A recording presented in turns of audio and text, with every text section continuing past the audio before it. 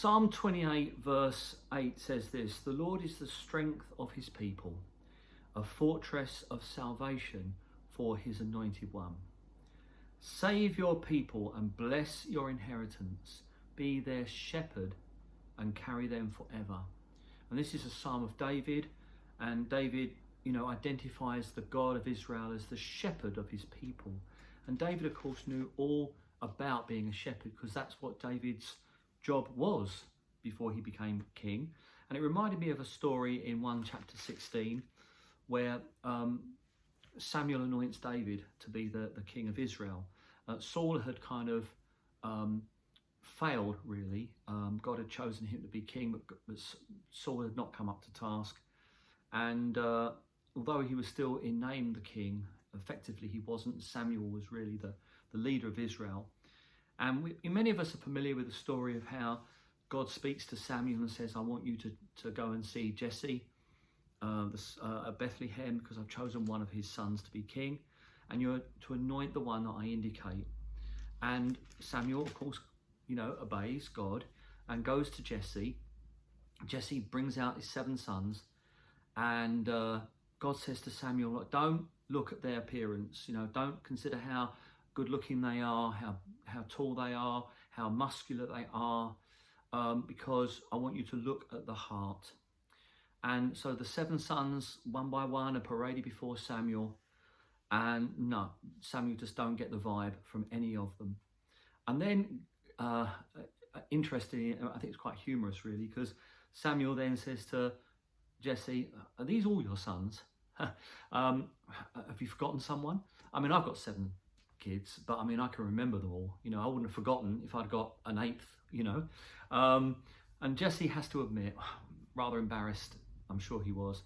There is the youngest. He don't really count, though. He's out tending the sheep. And Samuel says, "Bring him to me." And then when David comes, as soon as Samuel kind of sees him, God speaks to him, and Samuel can sense this is the one you are to anoint. And so Samuel anoints David to be the king of Israel in front of all his family, who thought he was, really didn't even deserve to be there. And it says, from that day on, the Spirit of the Lord came upon David in power. Now, I want you to just imagine how that must have felt for David, because David tending the sheep, it's not a job with any great prospects, is it? It's not a job with a promotion kind of ladder.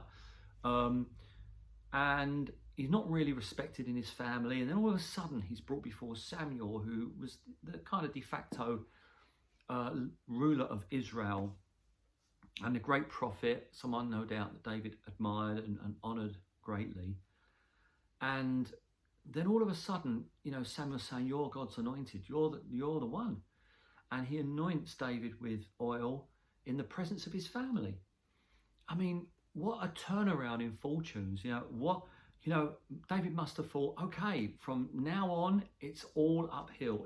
From now on, forget about being a shepherd, because I've been anointed to be the king of Israel. So, I mean, what an experience for him. I mean, talk about mountaintop experiences.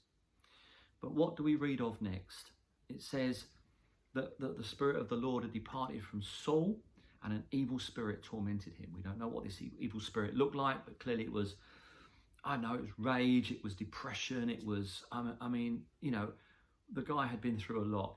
He would been sort of chosen to be the king of Israel. He'd failed, and God had rejected him. So that's, quite a crushing thing. Saul's servants say, "Look, we've got to get someone in to help you out here, Saul.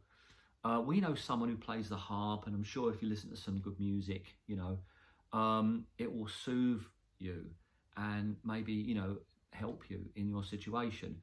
We know someone called who's the son of Jesse of Bethlehem, and he plays the harp." So, yeah, Saul says, "Right, go and get him. Where is he?" Now, the point I want to make here is, where is he? He's not kind of sitting in his kind of king's robes. He's not sitting at home kind of just waiting for heaven to open and for, him to be kind of honored before all the people. No, it says in verse 19, he's with the sheep. He's with the sheep. David was back there with the sheep. And I just want to say to you, this is a message really for any of you who, you feel God has put something on your heart, that God has spoken to you, God's given you a prophetic word, it might have been years ago, or you've just kind of dreamt of something better, something, maybe you're marked for something and you're not even necessarily sure what it is, but you're marked for something. And yet what you find is that you're now back in your day job. You're back doing the stuff and it doesn't look like anything you expected it to look like. It's not what you expected it to be. You're now back doing what you were doing before. I want to encourage you to hold on to that dream, hold on to that word, because ultimately it worked out for David. David had to go back, and the reasons for him going back to tend the sheep. And maybe I'll do another devotional at some point looking at that, why that was necessary. God had a purpose in him going back and being with the sheep, as opposed to just catapulting him into his ministry. But it worked out for David, and if you hold on to that sense of what God is saying to you, it'll work out for you as well. I believe that. So be encouraged in Jesus' name. Have a fantastic day.